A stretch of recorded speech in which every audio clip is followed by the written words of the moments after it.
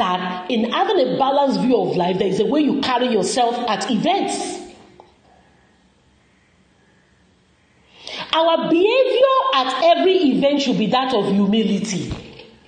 Because the person who invited you, he honors you, he honored you by the invitation.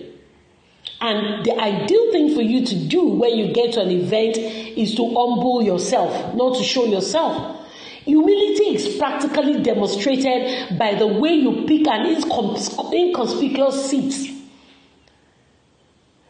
You shouldn't get to an event and go and sit on the high table. Sit in a place that is not conspicuous and allow them to invite you to the high table. You don't get to an event and you go to the high table and later they tell you that you're not meant to be on the high table. Some people are meant to be on the high table. That is quite embarrassing.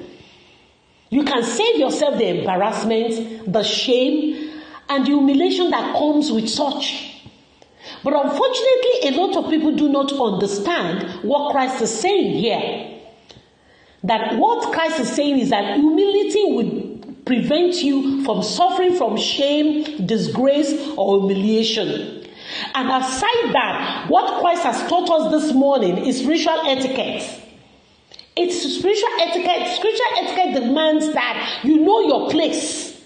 Stay somewhere until you're recognized. Don't allow yourself to be the one to show yourself. God is the one that announces man. God is the one that honors man. When you try to force it, it will end in shame. So I'm ministering to you this morning. Wait to be honored by being invited to a higher seat. Anywhere you get to as from today. Try to sit somewhere until the general floor, until they tell you, oh, come to the high table, or come to this separated place. When you look at Luke 14 verse 11, for all those who exalted, it reads thus, for all those who exalt themselves will be humbled, and those who humble themselves will be exalted. Let us then get this clear. This teaching is applicable everywhere. It's not only at parties alone. If you go to somebody's house, wait for them to show you where to sit. So that you don't go and sit on a chair and they tell you, oh, can you stand up, that is daddy's chair. I've seen that happen before. When you get to a place, stand up until they show you the seat that they expect you to sit on. Am I communicating? You see, the practical application of what we're talking about this morning is that there are certain things you don't need to pray about. If you know your place and you are humble, you will not face embarrassment. There are certain embarrassment people have been going through, shame and humiliation they have been going through because of the way they carry themselves, because of their own lack of character. Your lack of character is enabling embarrassment. Aside from paying for honor, learn to behave honorably. So people will say, God deliver me from the spirit of shame. But tomorrow they will still go and sit in where they're not supposed to sit and they will be ridiculed out of the place. Some people, they will not be invited to an occasion. They will carry themselves and go there. And they will tell you, where is your gate pass? You don't have a gate pass. Go back. Then you start telling them you are this and that. Who asked you? Who invited you? And you now say, hey, your family's household, enemy. There is no enemy anywhere. You are the enemy of yourself. Let us learn proper conduct. Let us learn to behave honorably if we want to receive honor.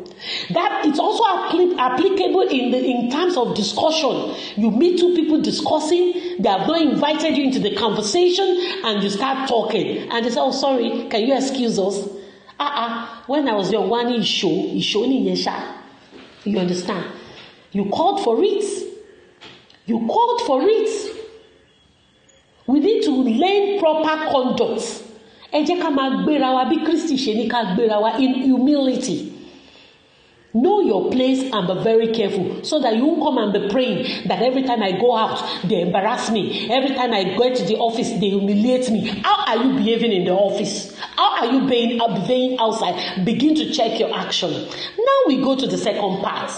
We said having a balanced view of life. Jesus has spoken to guests. Now he wants to speak to the celebrant or host. You see, when you want to celebrate a function, remember you are showing gratitude. So it should be gratitude driven and also hospitality driven. When your party is not gratitude driven, it will become something else. When it is not hospitality driven, it will become something else. Let me explain it. Gratitude driven means that today I'm celebrating the birth of my child to the glory of God. That means you are calling people to come and celebrate the birth of your child with you. Not that you are just trying to show off. There is a reason. The focus is celebrating the goodness of God upon your life for giving you a child.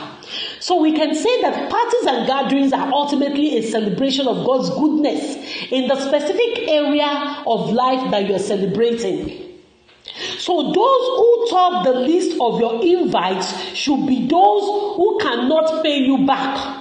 Those who you want to celebrate with you, Jesus said, should be the vulnerable and the less privileged. Not merely influential relatives or rich friends, which we are all guilty. When we make lists, you will not even invite your poor neighbor.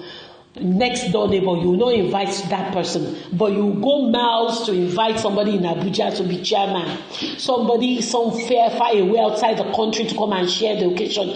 We give reverence to the rich. So Jesus is saying when you do that, it is no longer showing gratitude to God.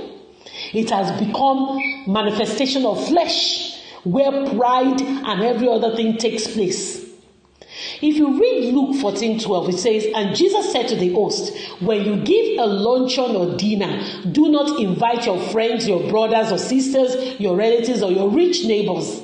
If you do, they may invite you back and so you will be repaid. Jesus is not saying don't invite all of those people technically. He's saying they shouldn't be the main list, the sole list. It shouldn't be the sole list, and the focus shouldn't be about what they will give you. Simbakbe Mommy Rahim was a party me on my 100,000 envelope. Evangelist Ada only love for me 1,000. That is not God. That is not God. We need to begin to check the reason behind the actions we make. And why did Jesus address the guests and the celebrants? So that it's for us to learn the key message. We have to have a balanced view of life. When you are going to address any conversation tomorrow, when you look at the right, look at the left. Never give a straight jacket verdict when you are asked to talk about any situation.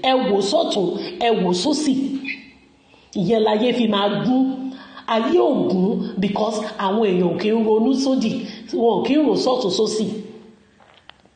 For you to have a balanced view of life, it will help you a lot. It will save you pain. It will save you all manners of resources. Going back to the host, what Christ said about the host. Learn this principle today. For you to be blessed after an event, it's dependent on the type of people you invite. If you have taken your reward from the rich, don't expect anything from God. But when your crowd is a blend of the vulnerable, the rich, everybody, nobody isolated, there will be reward. God will appreciate you for showing gratitude to Him after events. And that's why you see some people, they do events repeatedly because they've come to understand that showing gratitude to God brings blessing their way. Meanwhile, some people will have an event. After the event, they will run into trouble. What happened? What was your motive? What was your motive for that event? Some people today, when the old parties and the poor come to the event center, they will tell them, drive them away. Mo follow she party me. Àwọn yẹn gangan dẹ̀ ní Kristi kú fún. Àwọn yẹn gangan ní Kristi sọ wípé ká fún lóúnjẹ.